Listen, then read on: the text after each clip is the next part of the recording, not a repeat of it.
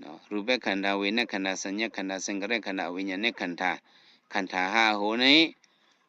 สามารถลงแต่ไม่ว่าพอเขาสามารถลงแต่ไม่ว่าพื้นอุ้งตุงกินขินตองทองชนล้วนหูเนี่ยว่าจังไหนพื้นอุ้งอันนั้นพื้นอันนั้นมันนิ่มเศร้านั่นน่ะเนาะพื้นไหนก็เหมือนจะเฮานอนเนี่ยพื้นคิงเอานั่นก็เฮาหุงถั่วฟุ้ยเฮาเตาเฮก็เฮาพื้นกันนั่นน่ะพื้นอุ้งเนี่ยอุ้งอันนั้นบอกว่ามันบ่เลือดวูเฮซัมบ่เหมือนจังหยงจากลงห้องจากลงจากเอ่อโนเป็นหนูคือบ่ว่าจังนั้นซัมบ่หึงๆนั่นน่ะพื้นอุ้งอันนั้นจะเอาถามได้ปอให้หยังว่าพื้นอุ้งน่ะนี่ตัวเฮานี่มันพื้นหนูสิๆนั่นรู้ซัมบ่อึ้งๆนั่นนี่ว่าบ่มามีมก็เอามือมาสองขอนนิ้วมือมาสองนิ้วอึดหูมาด้วยหลอถ่อมด้วยหลอเสียงบ่อึ้งๆว่าจังได๋วะนี่ก็เหมือนนะโยกี้ก็ถ่อมด้วยหลอเอานิ้วมือเอาสองนิ้วอึดหูเอาถ่อมด้วยเนาะหูเอาเนี่ยโดขันเท้าเนี่ยบ่ม่หึงนั่นบอกว่าพื้นองค์เนี่ยบอกว่ามันรู้แล้วอ่ะยินเสียงก็รู้แล้วอยู่คณิกานิกะคณิกามรณะมันก็เป็นหูรู้วันขึ้นเช้าสิโจมองกึดลือสิจักกันชาหนูสิหนูนิดหนูทอดหนูนิดหนูนอดหนูฉะนั้นอันนี้มันเป็นพื้นอุ้งอ่ะเป็นรูปแบบขันธาอ๋อนี่เป็นเฉพาะรูปะหางพังตัวเฮาเนี่ยมันเป็นพื้นอุ้งนี่เนาะก็เลยก็ย่อเนื้อผ่ามือเฮาก็บ่เฮาตัวลีๆเนี่ยก็เอาโลบ่ทันมีนอนมีแมงว่าเนึงอ่ะพื้นหนูอุ้งอ่ะผ่าตีนเฮาก็ตัวละพื้นหนูอุ้งอาโลจีจ้อๆเนี่ยอันนี้มันคือของเฮาอันพื้นอุ้งเนี่ยเฮาอีเวมันพื้นอย่าไปให้มันสั้นอย่าไปให้มันนิดเนี่ยมันไรมันคือของเฮาอย่าเฮาอย่าไปเอามันเป็นสักยะติที่เนี่ยมันใจของเฮาเนาะมันเป็นอนัตตาเอาเดี๋ยวไรปองใส่เอามันเป็นเฉพาะมันตั้งมันหลบพื้นเอาพื้นเอาหางมันธาตุลิ้นน้ำไผลมเออเลือดไหม้เอาหางก้อยมันหูดเอาหางก้อยมันเกียนแข็งเอาหางก้อยมันเป็นเอาหางมันรู้เอาหางมันเฮาได้ไรปองใส่อันไหนบ่เป็นจังไหนก็อันเฮาอยู่มาเป็นเก่าอันว่านั้นมันได้ยอมกว่าเอาตั้งหู้เนี่ยหู้แอนตั้งให้เฮามันนั่งการมันนี่ก็อันนี้จังนั้นพระเป็นเจ้าเฮาอันเป็นพื้นอุ้งหลงหางมันตั้งมันพื้นหางกล้วยมันน่ะนี่เป็นรูปแบบขันธ์นี่เป็นโต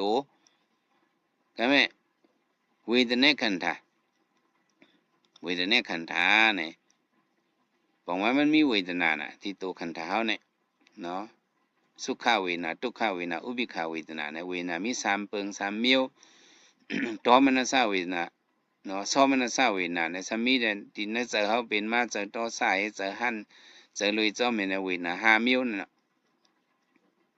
เปิงลงมาเวทนา3เปิงทุกขสุขอุเบกขาเนี่ยเป็นที่ตัวเฮานี่น่ะจังว่าเวทนาขันธ์เนี่ยเจ้าเมาลงมาเป็นตุ้งกินเนี่ยมันตุ้งหับเอานั่นน่ะตุ้งหับเอาอันตามกัดตามไม่ซะนี่อยู่หยาบห้าอยู่ง่ายห้าอยู่หยาบคันเจอห้าอยู่ลีลมเจอห้าเนี่ยมันเป็นมาสุขทุกขเวทนาเนี่ยนี่เป็นเฉพาะเวทนาเนี่ยก็มันใจอย่าไปว่าเป็นเก่าเนาะมันเจ็บมาขึ้นมาก็อะโลขาเก่าเจ็บน่ะในปองว่าเฮาก็ตุ้งหับเอาเวทนานั่นน่ะเฮาก็ตุ้งกินทีนี้มันเฉพาะตราเป็นมานั่นน่ะเฮาโลไว้เจออุเบกขาหางมันตั้งมันเป็นหางมันตั้งมันรู้ลงเนาะเฮาโลไว้เจอจังไหนเป็นเจอไว้เจอมันแม่นอันนี้ได้มันเจอน่ะอันเฮาเนี่ยเฮาก็ตุ้งหับเอาเวทนามันเจ็บมาเฮาก็ตุ้งให้กันหับเอาเนี่ยนี่เฮาใส่ใจผิดไว้อย่าไปใส่ใจผิดจังนั้นมันเจ็บมาตอนนี้ก็อ๋อเฉพาะตะลาหังมันตั้งมันแหละมันจือโตเกาโลมันพื้นองค์หังก้อยมันตุ้งกินหังก้อยมันแหละเวทนามันหังมันตั้งมันเป็นหังมันลงในเอามันว่าเลยนะเฮาโลไว้เจอจังไหนเปิ้โดยมันก็อย่าไปกะยืนว่าเป็นเกาเจ็บนั่นน่ะก็นั่นแหละเฮาเจ้าก็ว่าน่ะไว้เจอเหมือนซึ่งหมักมงนอกว่างนี่นั่นพระเป็นเจ้าก็ฮอบันนากุลาปิตานากุลามาตาไว้เจอมันหมักมงนอกว่างนะเปิ้นมาปิดมาสังก็อย่าไปเอาตื้อใจหน้านั่นของเฮาไว้เจออุเบกขานั่นน่ะเพิ่นองค์ตุงกินเนาะรูปแบบขันธ์เวนะขันธ์สำเนียงรูปแบบขันธ์เวนะขันธ์สิญญขันธ์สิญญขันธ์นั่นมันเป็นอันหมดต้องหมายไว้นั่นน่ะเนาะเพิ่นองค์ตุงกินขินต้องเนี่ยมันติดต้องไว้น่ะซื้อเมื่อว่าคือเนี่ยมันติดต้องไว้ เนาะโกนะมันได้มีสัญญาณหมอต้องไว้ในห้องว่าสัญญาขันธาเมื่อนังว่าลูกอ่อนก็นึง มันยามหันฐานไผเหลียงสิบอกเหลียงเจียงเฮียงอันนี้เป็นนังเนี่ยมันใครฮู้น่ะมันไปฮู้จักฐานไผเหลียงนี่ปอกมันก็ถูการลงกว่าให้ก็ยิบเอาฐานไผเหลียงห่างหลีไว้รู้เพราะว่ามันยิบก็มันก็ไม่บันมือมันเสียงหายก็แหลมวิดลูกอ่อนนี่มันหัวน่ะต่างพวกมาเอาฐานไผเหลียงปันมันเลยยิบได้เนี่ยมันหัดยิบกอบหางเนี่ยมันตองไว้น่ะในเหลือในมันตองไว้เหลือในจีบในเนี่ยมันตองจังว่าเจอเฮาในเนาะมันได้หมออีหยังแท้ไหนมันได้หมอตองไว้เนาะเจอเฮาในมันได้ฮู้จีบอันหนึ่งสำฮู้ตองอันหนึ่งลักษณะเขาเหมือนกันเนาะลักษณะเจอเฮาใน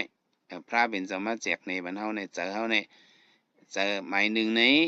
เจอในมี4อันน่ะแม่ขันธามี4อันเจอหมายหนึ่งในมันได้หมอเนาะมันได้ฮู้จีบเจอหมาย2ในสำได้ฮู้ตองเนาะมันได้ตองไว้เนาะมันได้ตองไว้เจ้าเมาหลงได้ว่าพื้นอุ้งตุงกินขินตองเนี่ยมันได้ตองไว้เป็นสัญญาขันธามันได้ตองไว้มิ้วนึงตองไว้มิ้วเนี่ยอันเฮาตองไว้หมายไว้ในก็มันกึมบ่หึงมาก็หมดลืมกับว่าอายุเก่าเก๋มาก็ลืมกว่าบางเมียเฮาก็ตองไว้อันนั้นกำมาเฮาบ่ตองเป็นจังได๋เฮาตองไว้มัดไว้นั่นเป็นสัญญาขันธารูปขันธาเวทนาขันธาสัญญาขันธาสังขารขันธาเฉพาะเจอแทงอันหนึ่งในสมัยอย่างเนี่ยมันหมอโซนเนาะเมื่อนังเฮาย่อกี่นั่งกันตะลาไว้ในเจอก่อนเท่านั้นเจอเส้นนั้นมันหมอโซนเนาะเจอบางอันก็เวทนาขนาดปอมากก็มันได้ตุ้งกินเนาะอันไหนเป็นจังไหนมาปอกปุ่นก็เป็นปอกไหนก็ขึ้นเป็นมาเนี่ยมันได้ต้องไว้จังไหนก็ได้มีก็ไม่เจอเฮาในสมัยอย่างมันหมอโซนมันได้โซนย่อกี่เขาอันโลก้นหนาวไหนตีนคอนขวานี่ยุกอะไรยุกสุดมัดวันไผนาในอินแลเนี่ยหมอโซนนั่นน่ะเจอเทียงอันในเอ็นเฮียงมันเนี่ยมันหมอโซนฮู้โซนเนี่ยนะเจ้าได้ว่าฮู้โซนมันได้ฮู้เจ็บฮู้ตองฮู้โซนฮู้โซนเนี่ยเป็นสังขารขันธามันได้โซนมันหัวโซนน่ะแหละเจ้านี่เป็นใจกิเลสารู้หมอโซนน่ะหมอโซนย่อกี่เขาอะโลเจ็บหนาวที่เมื่อนั่งเตียงนี่ก็เจ็บหนาโลเจ็บหน้ำตามันได้โซนกะเลยให้เก่งลูกกะออกนอกให้นะเนี่ยมันได้โซนนั่นน่ะอันนี้เจอในหมอโซนนะบางทีก็เจอในได้โซนอะโลเพิ่นนี่แลอยู่ไกแลอยู่กับลูกเพิ่นเฮาบ่เลยนั่งมาแต่ไหนคัดใจมาแต่ไหนมั่วมันคำปันซุ่มคำปันก้านอันนี้ก็เจอโซนก็ล่ะโซนหลีก็มีโซนให้ก็มีนั่นน่ะเนาะโซนหัดหารก็มีโซนขี้ยานก็มีนั่นน่ะเฮาเฮ็ดการตราได้หรือเป็นโซนหัดหารเนาะต่อสู้การเป้มจู้เอาไว้ใจจังไหนท้องโซนเนาะพื้นอุงตุงกินขินตองท้องโซนท้องโซนเป็นสิ่งก็ได้ขันธาหมายหาเป็นโลนหู้วิญญาณในขันธาเนี่ยเจอเฮาในแทงอันหนึ่งในหมายสีเนี่ยมันหมอหังมันหมอหู้โลนหู้เนี่ยมันได้หมอหู้เฉพาะตลาอ่อนมันได้หู้เนาะหู้แทบตัดนั่นนะหู้แทบตัดอันนี้เหลี่ยมเลียเนี่ยมันเป็นเจอหู้เป็นเจอในแม่ขันธามี4เปิงรูปแบบขันธาห่างในมีเปิงหนึ่งเนี่ยจะห้องว่าขันธา5โหนั่นก็ว่าขันธา5โหตัวเจอ2เปิง2ป้าเนี่ยก็ว่าอันเลียวกันเนาะนำแม่ขันธา4อันนั้นพวกเอามาหูเป็นอันเลียวห้องมาเป็นเจอเนี่ยก็ยุคตะลายนำตะลาเนี่ยเป็นยุคนำ2ป้าเพราะสมัยเป็นขันธา5โหเนี่ยก็รูปแบบขันธาเวนะขันธาสัญญาขันธาสังขารขันธาวิญญาณขันธาเนี่ยเป็นขันธา5โหถ้าว่าตัวเฮานี่เนี่ยมันเป็นขันธา5โหนี่ก็